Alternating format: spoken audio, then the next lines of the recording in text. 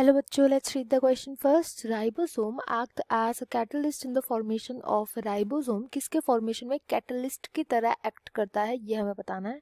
In the formation of glycosidic bond, phosphodiester bond, peptide bond या फिर all of these. तो ये हमें बताना है.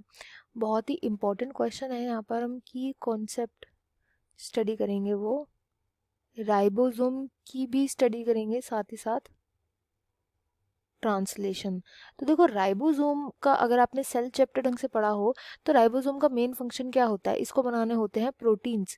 प्रोटीन्स की फॉर्मेशन में हेल्प करते हैं. प्रोटीन्स बनते किस प्रोसेस से है, ये बनता है ट्रांसलेशन के प्रोसेस से. ट्रांसलेशन वो प्रोसेस होता है जिसके थ्रू mRNA यानी मैसेंजर आरएनए से प्रोटीन्स बनाए जाते हैं. अब ये जो प्रोटीन्स बनते हैं ये बनते किधर है, तो एक्चुअल साइट जो होती है ना वो होती है राइबोसोम की. ये वो साइट होती है जहाँ पर प्रोटीन्स का फॉर्मेशन होता है मेनली. अच्छा, जो mRNA होते हैं ना, ये mRNA भेज दिए जाते हैं राइबोसोम के पास. mRNA आते हैं राइबोसोम्स के पास. ये राइबोसोम क्या करता है, पहली बात तो इसका मेन फंक्शन होता है कि ये जो mRNA है ना ये इसको स्टेबल बनाने में हेल्प करता है, इसको स्टेबलाइज करता है.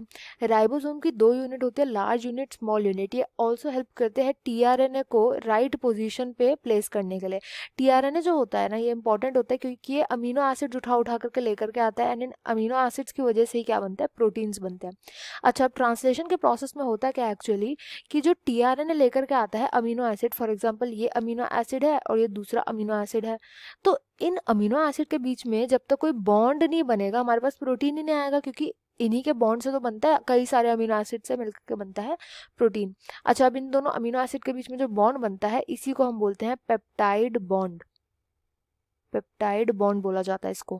एंड यही बॉन्ड बनाने के लिए कौन हेल्प करता है, राइबोसोम हमारी हेल्प करता है. राइबोसोम का main function along with the others जो मैंने अभी मेंशन किए थे ये भी होता है कि ये इस बॉन्ड की फॉर्मेशन में हेल्प करता है, राइबोसोम. तो इसका जो राइट आंसर हो जाएगा क्वेश्चन का वो ऑप्शन 3 हो जाएगा. I hope you understood it well. Best of luck and thank you.